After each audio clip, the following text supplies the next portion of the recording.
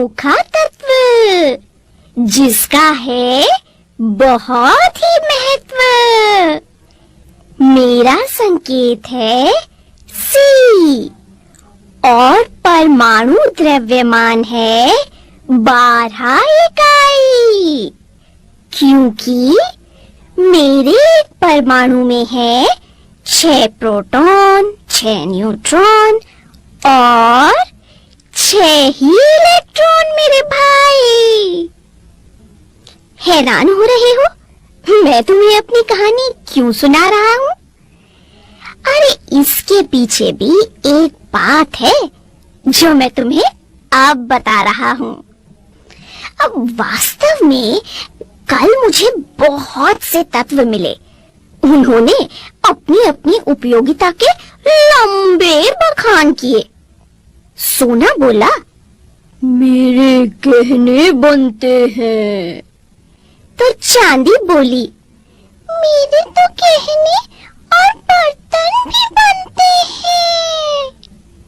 तांबा बोला, मेरी मिश्र धातु के बर्तन, स्टैचू और मेडल आदि कई चीजें बनते हैं। तो एल्युमिनियम ने कहा कि उसकी मिश्र धातु से हवाई जहाज भी बनते हैं। कांच के तो सभी सजावटी पारदर्शी सामान चमक उठे और ये सभी मुझसे भी मेरी उपयोगिता के बारे में प्रश्न कर उठे। और मैं घबराया और कुछ सोच न पाया। तभी मुझे ख्याल आया, अरे भाई, मेरे बिना तो दुनिया अधूरी है। प्रकृति मुझसे भरी पूरी है। लकड़ी हो या पेड़ या कपड़ों का ढेर, पुस्तक, पेंसिल, प्लास्टिक, आम या हो बेर, सभी में मैं हूँ विद्यमान। कैसे कम होगी फिर मेरी शान? सुनकर ये सभी थे चकराए, मेरे आगे सभी मुरझाए। तभी मैंने फैसला किया कि मैं अपनी कहानी आप सभी को सुनाऊंगा और अपने बारे में खुद ही बताऊंगा। साथियों, क्या आप मेरे बारे में जानना चाहेंगे? मैं आधुनिक आवर्त सारणी के 14वें वर्ग और दूसरे आवर्त में स्थित हूँ और मेरे एक परमाणु में 2 कोश होते हैं। चूंकि मेरी परमाणु संख्या है 6, इसीलिए मेरा इलेक्ट्रॉनिक विन्यास है 2, 4। बाहरी कोश में है 4 इलेक्ट्रॉन, संयोजकता भी है 4, इसीलिए तो मैं चतुसंयोजक हूँ। मैं एकल आबंध, द्विसंयोजी आबंध और त्रिसंयोजी आबंध बनाने की क्षमता रखता हूँ। बाहरी कोश को पूरी तरह से भरने या संतुष्ट करने के लिए, अर्थात उसमें 8 इलेक्ट्रॉन की पूर्ति करने के लिए और निकटतम उत्कृष्ट गैस के विन्यास को प्राप्त करने के लिए मुझे 4 इलेक्ट्रॉन की आवश्यकता होती है। इसीलिए तो मेरी संयोजकता भी 4 होती है। कहते हैं कि जिस भी परमाणु के बाहरी कोश में 8 इलेक्ट्रॉन होते हैं, उसे कुछ करना धरना नहीं होता, अर्थात उस परमाणु को ना इलेक्ट्रॉन लेना होता है ना देना होता है।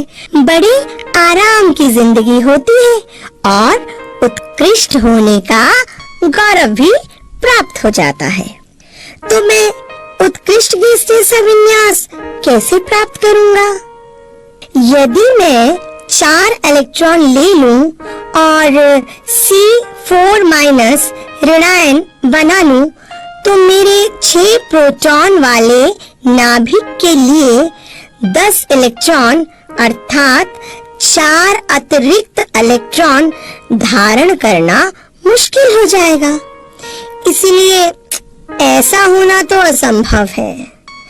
अब अगर मेरे परमाणु से 4 इलेक्ट्रॉन निकालना चाहो तो इसके लिए बहुत ही अधिक ऊर्जा की आवश्यकता होगी, जो कि बहुत मुश्किल है। इसीलिए मेरा C4+ धन आयन नहीं बन सकता। तो अब मैं तुम्हें बताता हूँ कि मैं अपनी यौगिक कैसे बनाता हूँ। मैंने बड़ी समझदारी के साथ अपनी इस समस्या को सुलझा लिया है। अपने बाहरी कोश के इन 4 इलेक्ट्रॉन की अन्य तत्वों के परमाणुओं के इलेक्ट्रॉन के साथ साझेदारी करके इस समस्या को सुलझा लेता हूँ। ध्यान रहे कि परमाणुओं के जिन इलेक्ट्रॉनों की साझेदारी होती है वे परमाणुओं के बाहरी कोश के ही होते हैं। मैं दूसरे परमाणुओं के इलेक्ट्रॉन के साथ साझेदारी करके सहसंयोजी आबंध बनाता हूँ और इस प्रकार अपना सबसे बाहरी कोश 8 इलेक्ट्रॉनों से संतृप्त कर लेता हूँ। अब यहाँ देखिए, मेरे सबसे बाहरी कोश में 4 इलेक्ट्रॉन हैं। मैं 4 अलग-अलग हाइड्रोजन परमाणुओं के साथ अपने 4 इलेक्ट्रॉन की साझेदारी करता हूँ, जिससे मेरे बाहरी कोश में 8 इलेक्ट्रॉन हो जाते हैं और प्रत्येक हाइड्रोजन परमाणु के अपने बाहरी कोश में 2 इलेक्ट्रॉन पूरे हो जाते हैं, अर्थात उसका पहला कोश 2 इलेक्ट्रॉन से संतृप्त हो जाता है। मैं अकेला ही ऐसा तत्व नहीं हूँ जो सहसंयोजी यौगिक बनाता है। मैं तुम्हें कई ऐसे तत्वों के उदाहरण दे सकता हूँ जो अन्य तत्वों के साथ इलेक्ट्रॉन की साझेदारी से सहसंयोजी आबंध बनाकर यौगिक बनाते हैं। देखो, हाइड्रोजन के एक परमाणु में एक ही कोश होता है, K कोश, और उसमें एक ही इलेक्ट्रॉन होता है। K कोश को भरने के लिए इसे एक इलेक्ट्रॉन और चाहिए। इसीलिए तो हाइड्रोजन का परमाणु हाइड्रोजन के अन्य परमाणु के साथ इलेक्ट्रॉनों की साझेदारी करके हाइड्रोजन का अणु बनाता है। इस प्रकार हाइड्रोजन का प्रत्येक परमाणु निकटतम उत्कृष्ट गैस यानी हीलियम के इलेक्ट्रॉनिक विन्यास को प्राप्त कर लेता है और उसके K कोश में 2 इलेक्ट्रॉन हो जाते हैं और इस प्रकार हाइड्रोजन का एक परमाणु दूसरे हाइड्रोजन परमाणु के साथ एक युग्म इलेक्ट्रॉन की साझेदारी कर एकल सहसंयोजी आबंध बनाता है। चलिए अब हम Cl2 यानी क्लोरीन अणु की संरचना देखें। ये कैसे बना है? सबसे पहले हमें मालूम होना चाहिए कि क्लोरीन की परमाणु संख्या 17 है।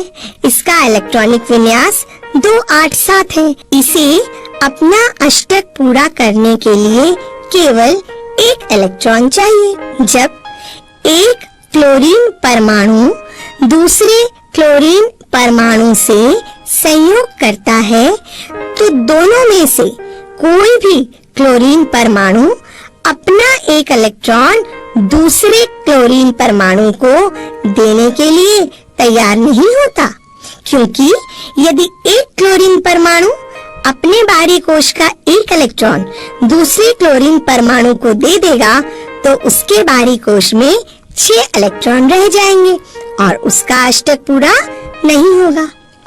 तो अब दोनों क्लोरीन के परमाणु परस्पर एक इलेक्ट्रॉन की साझेदारी करते हैं और अपने अष्टक को पूरा करते हैं।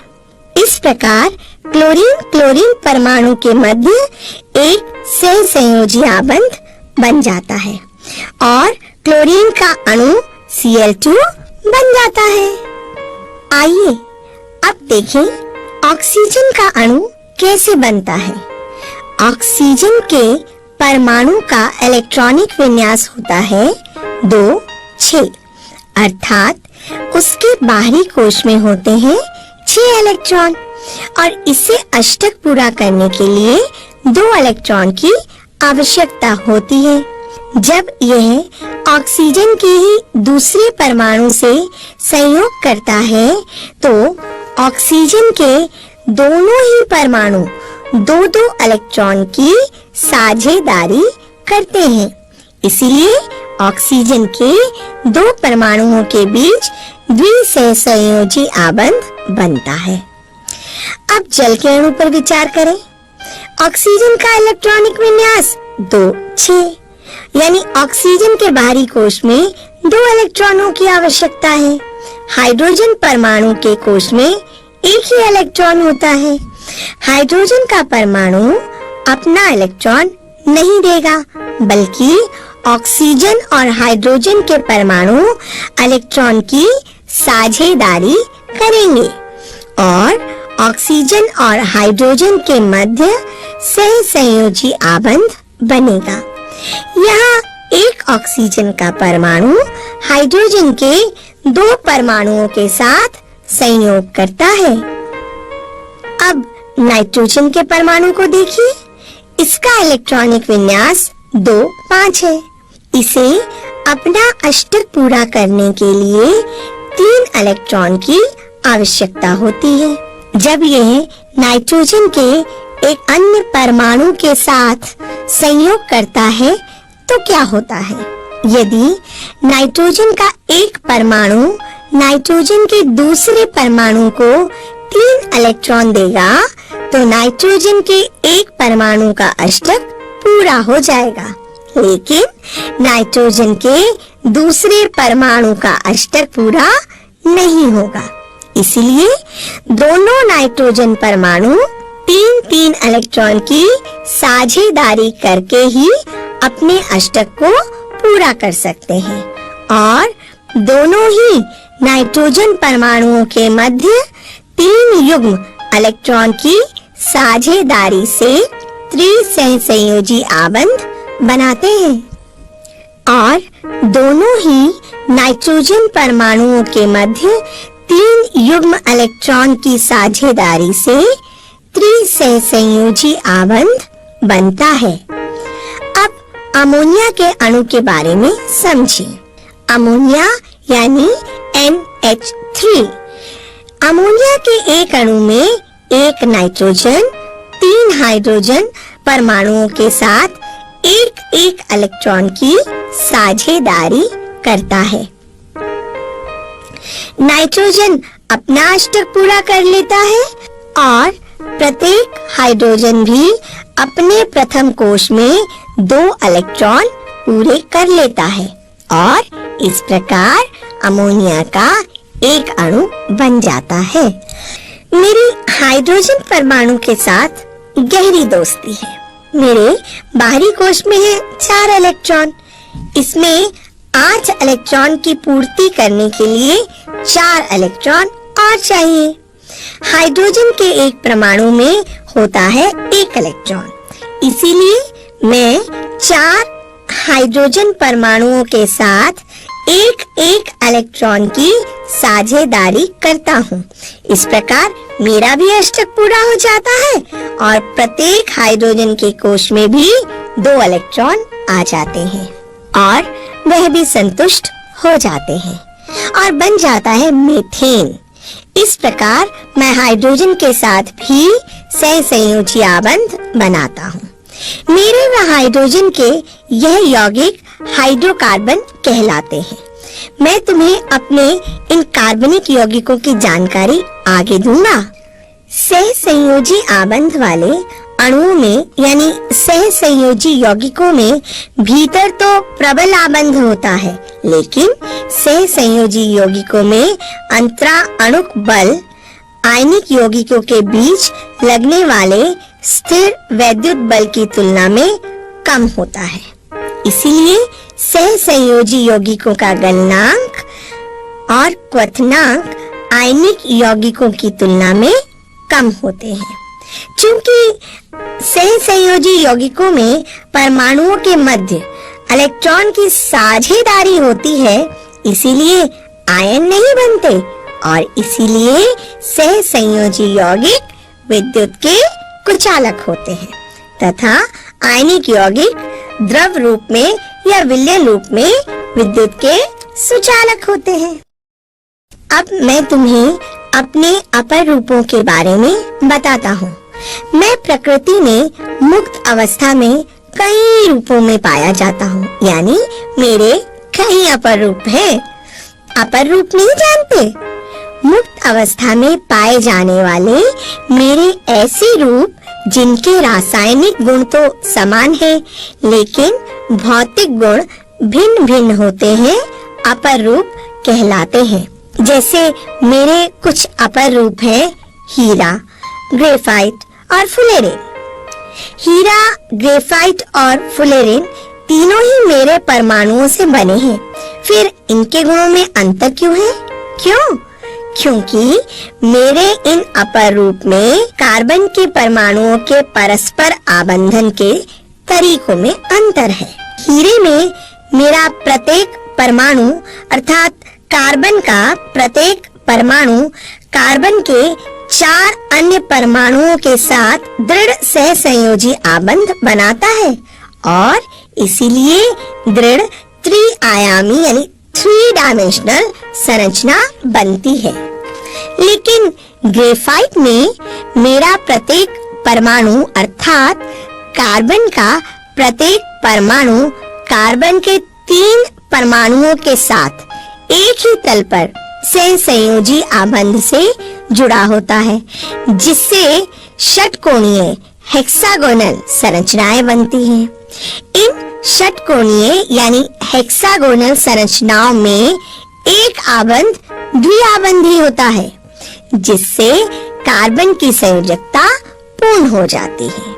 ग्रेफाइट की संरचना में षटकोणीय तल एक दूसरे पर व्यवस्थित होते हैं। इन विभिन्न संरचनाओं के कारण ही हीरा और ग्रेफाइट के भौतिक गुण भिन्न भिन्न होते हैं। हीरा सबसे अधिक कठोर होता है। ग्रेफाइट की संरचना में षटकोणीय तल एक दूसरे पर व्यवस्थित होते हैं और इसीलिए ग्रेफाइट चिकना और फिसलनशील होता है। ग्रेफाइट विद्युत का सुचालक होता है, जबकि हीरा विद्युत का कुचालक होता है। फुलेरिन मेरा एक अन्य अपर रूप है। इसमें कार्बन के परमाणु फुटबॉल के रूप में व्यवस्थित होते हैं। Versatile nature of carbon. प्रकृति में मेरे मुक्त रूपों की जानकारी तो तुम्हें मिल गई, लेकिन क्या तुम जानते हो कि मैं 30 लाख से भी अधिक यौगिक बनाता हूँ? 3 मिलियन से भी अधिक। हैरान हो रहे हो? अन्य सभी तत्व मिलकर भी इतने यौगिक नहीं बनाते, फिर मैं इतने अधिक यौगिक कैसे बनाता हूँ? चलो मैं बताता हूँ। इसके कई कारण हैं, जिसमें मुख्य है मेरा श्रृंखलन यानी कैटिनेशन का गुण। चलो तो मैं समझाता हूँ श्रृंखलन क्या है। मैं अपने ही अन्य परमाणुओं के साथ आबंध बनाने की क्षमता रखता हूँ, जिससे लंबी लंबी श्रृंखला के अणु बनते हैं। इस गुण को श्रृंखलन का गुण कहा जाता है। यहाँ कार्बन की संकेत के साथ एकल रेखा कार्बन की मुक्त संयोजकता दर्शा रही है। यह श्रृंखलन का गुण मुझ में अधिक सीमा तक होता है। अन्य तत्वों में यह गुण इस सीमा तक नहीं होता। जैसे हाइड्रोजन के केवल 2 ही परमाणु आपस में जुड़ सकते हैं, फास्फोरस के 4 परमाणु आपस में जुड़ सकते हैं और सल्फर के अधिकतम 8 परमाणु आपस में जुड़ सकते हैं। लेकिन मेरे तो बहुत से परमाणु आपस में जुड़कर लंबी श्रृंखला बना सकते हैं। कार्बन कार्बन आबंध अत्यधिक प्रबल होता है और स्थायी भी होता है। इसीलिए तो अनेक कार्बन परमाणुओं के आपस में जुड़ने से अनेक यौगिक प्राप्त होते हैं और मेरे यौगिकों की इतनी बड़ी संख्या में बनने का दूसरा महत्वपूर्ण कारण है मेरी संयोजकता और अन्य तत्वों के साथ सहसंयोजी आबंध बनाने की क्षमता। मेरे बाहरी कोश में 4 इलेक्ट्रॉन होते हैं, इसीलिए तो मैं 4 इलेक्ट्रॉन की साझेदारी करता हूँ और मेरी संयोजकता है 4। इसीलिए मैं कार्बन के 4 अन्य परमाणुओं या अन्य संयोजक तत्वों के परमाणुओं के साथ आबंधन की क्षमता रखता हूँ।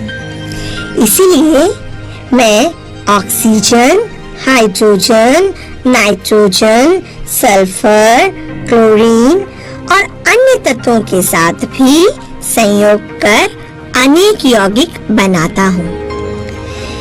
मेरे द्वारा प्रबल आबंध बनाने का एक कारण है मेरा छोटा आकार।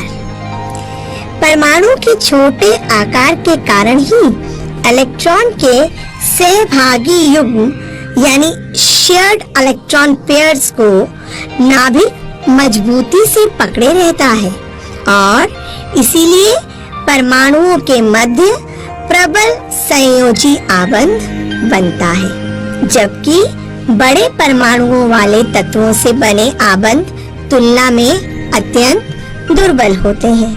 मैं अक्सर अपने यानी कार्बन के परमाणु के साथ या अन्य तत्वों के परमाणुओं के साथ एक युग्म इलेक्ट्रॉन की साझेदारी कर 4 एकल बंध बनाकर या 2 इलेक्ट्रॉनों की साझेदारी कर द्विआबंध बनाकर स्वयं को संतुष्ट कर लेता हूँ, अपने अष्टक को पूरा कर लेता हूँ। जब मेरे परमाणु आपस में केवल एकल आबंध द्वारा जुड़े होते हैं, या यूं कहूं कि मेरे सभी परमाणुओं के मध्य केवल एक युग्म इलेक्ट्रॉन की साझेदारी होती है, तो ऐसे यौगिक संतृप्त यौगिक कहलाते हैं। संतृप्त कार्बनिक यौगिक। अब देखो, ये है एथेन C2H6। चलो देखते हैं इस यौगिक में मेरी सभी संयोजकताएं किस प्रकार संतुष्ट होती हैं। सबसे पहले कार्बन और कार्बन परमाणुओं के मध्य एक युग्म इलेक्ट्रॉन की साझेदारी होती है और इस प्रकार कार्बन के इन दोनों परमाणुओं के मध्य एकल आबंध बन जाता है। यहाँ एकल रेखाएं कार्बन की मुक्त संयोजकताएं दर्शाती हैं। अब यहाँ कार्बन के एक परमाणु की 3 अन्य संयोजकताएं अभी असंतुष्ट हैं। इसीलिए कार्बन के परमाणु की प्रत्येक असंतुष्ट संयोजकता हाइड्रोजन के परमाणु के साथ इलेक्ट्रॉन की साझेदारी कर संतुष्ट हो जाती है। मेरा प्रत्येक परमाणु 3 हाइड्रोजन के परमाणुओं के साथ एकल सहसंयोजक आबंध बनाता है और बन जाता है एथेन। एथेन का संरचनात्मक सूत्र इस प्रकार होगा। अब 3 कार्बन वाले संतृप्त हाइड्रोकार्बन की बात करें। इसका सूत्र है C3H8। इसे प्रोपेन कहते हैं। सबसे पहले तीनों कार्बन को एकल आबंध से जोड़ते हैं। अब कार्बन की अन्य असंतुष्ट संयोजकताओं को हाइड्रोजन के परमाणु के साथ इलेक्ट्रॉन की साझेदारी द्वारा संतुष्ट करते हैं। तो प्रोपेन का संरचनात्मक सूत्र होगा, मेरी कुछ संतृप्त हाइड्रोकार्बन अर्थात एल्केन के उदाहरण हैं। अरे मैं ये तो बताना भूल ही गया कि मेरे हाइड्रोजन के साथ जो संतृप्त यौगिक बनते हैं उन्हें एल्केन कहते हैं। यहाँ सभी बंध एकल होते हैं, कार्बन कार्बन के मध्य भी और हाइड्रोजन कार्बन के मध्य भी। एक कार्बन वाला एल्केन कहलाता है मीथेन। इसका आणविक सूत्र है CH4। 2 कार्बन वाला एल्केन कहलाता है एथेन। इसका आणविक सूत्र है C2H6। 3 कार्बन वाला एल्केन कहलाता है प्रोपेन। इसका आणविक सूत्र है C3H8। 4 कार्बन वाला एल्केन कहलाता है ब्यूटेन। इसका आणविक सूत्र है C4H10। 5 कार्बन वाला एल्केन पेंटेन। 6 कार्बन वाला एल्केन हेक्सेन। इसका आणविक सूत्र है C6H14। 7 कार्बन वाला एल्केन हेप्टेन। इसका आणविक सूत्र है C7H16। 8 कार्बन वाले एल्केन को कहते हैं ऑक्टेन।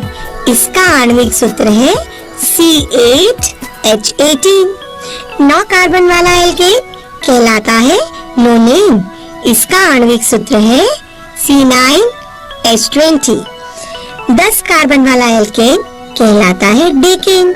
इसका आणविक सूत्र है C10H22। अब कार्बन एवं हाइड्रोजन के एक अन्य यौगिक के सूत्र पर विचार करते हैं। यह है C2H4। इस अणु को कैसे चित्रित करेंगे? सबसे पहले कार्बन के दोनों परमाणुओं को एकल आबंध से जोड़ेंगे। अब प्रत्येक कार्बन की 2-2 असंतुष्ट संयोजकताओं को 2-2 हाइड्रोजन के साथ 1-1 इलेक्ट्रॉन की साझेदारी से संतुष्ट करेंगे। दोनों ही कार्बन परमाणुओं की 1-1 संयोजकता अभी भी असंतुष्ट रहती है। अपनी असंतुष्ट संयोजकता को संतुष्ट करने के लिए दोनों कार्बन परमाणुओं के मध्य एक नहीं 2 इलेक्ट्रॉन की साझेदारी होगी और एकल नहीं द्विआबंध बनेगा। मेरे इस अणु को एथीन कहते हैं। इसी प्रकार एक अन्य हाइड्रोकार्बन ले, एथाइन। इसका आणविक सूत्र है C2H2। एथाइन की इलेक्ट्रॉन बिंदु संरचना का चित्रण करते हैं।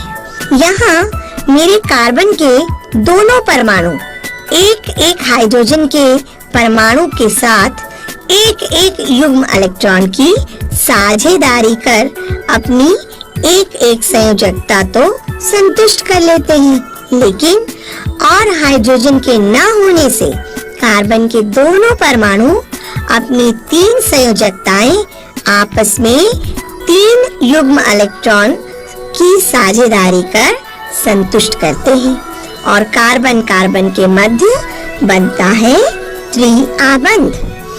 ऐसे हाइड्रोकार्बन जहां कार्बन कार्बन के मध्य 2 या 3 युग्म इलेक्ट्रॉन की साझेदारी होती है और द्वि या त्रिआबंध बनते हैं, असंतृप्त हाइड्रोकार्बन कहलाते हैं।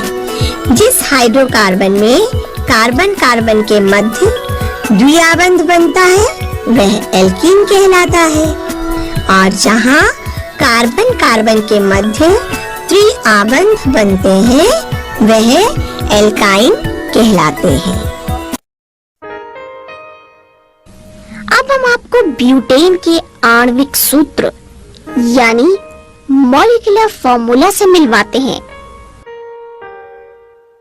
और अब इसका संरचनात्मक सूत्र लिखते हैं। C4H10 का संरचनात्मक सूत्र है, यहाँ सभी कार्बन परमाणु सीधी श्रृंखला में जुड़े हुए हैं।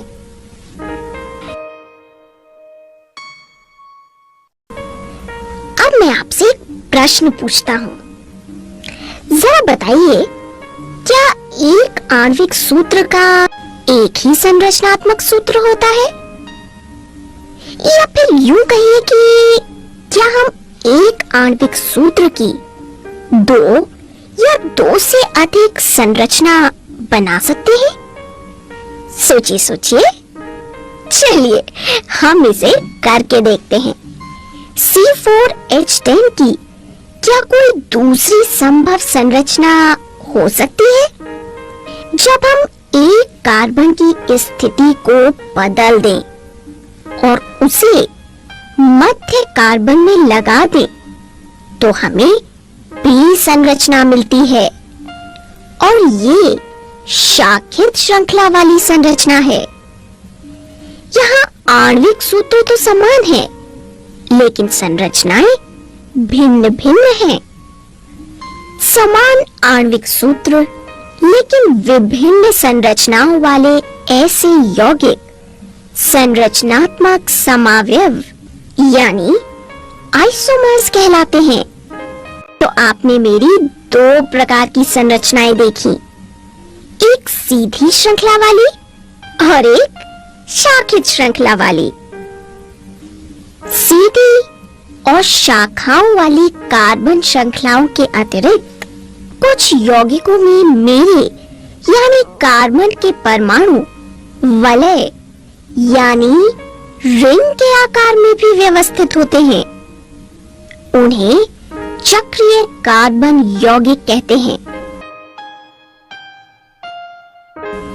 जैसे साइक्लोहेक्सेन, चलिए साइक्लोहेक्सेन की इलेक्ट्रॉन बिंदु संरचना का चित्रण करें।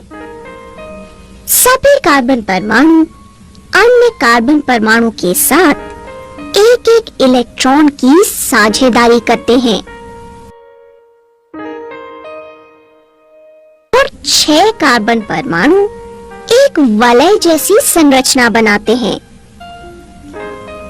लेकिन अभी भी प्रत्येक कार्बन परमाणु की 2 संयोजकता असंतुष्ट है।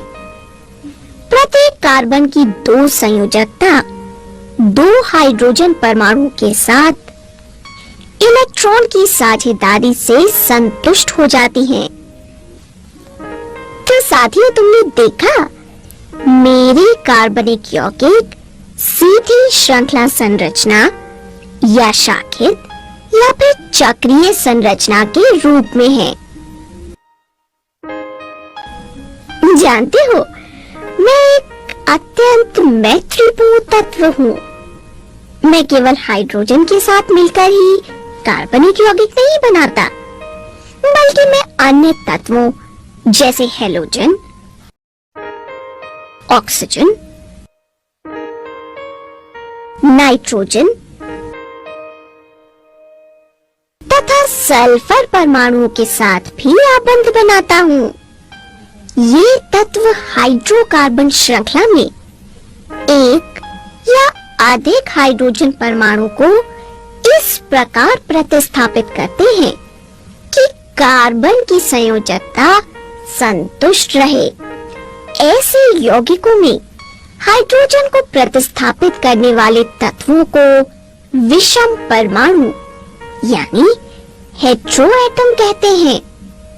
इन विषम परमाणुओं से यौगिकों को विशिष्ट गुण मिलते हैं, इसीलिए इन समूहों को प्रकार्यात्मक समूह या अभिलाक्षणिक समूह यानी फंक्शनल ग्रुप कहते हैं।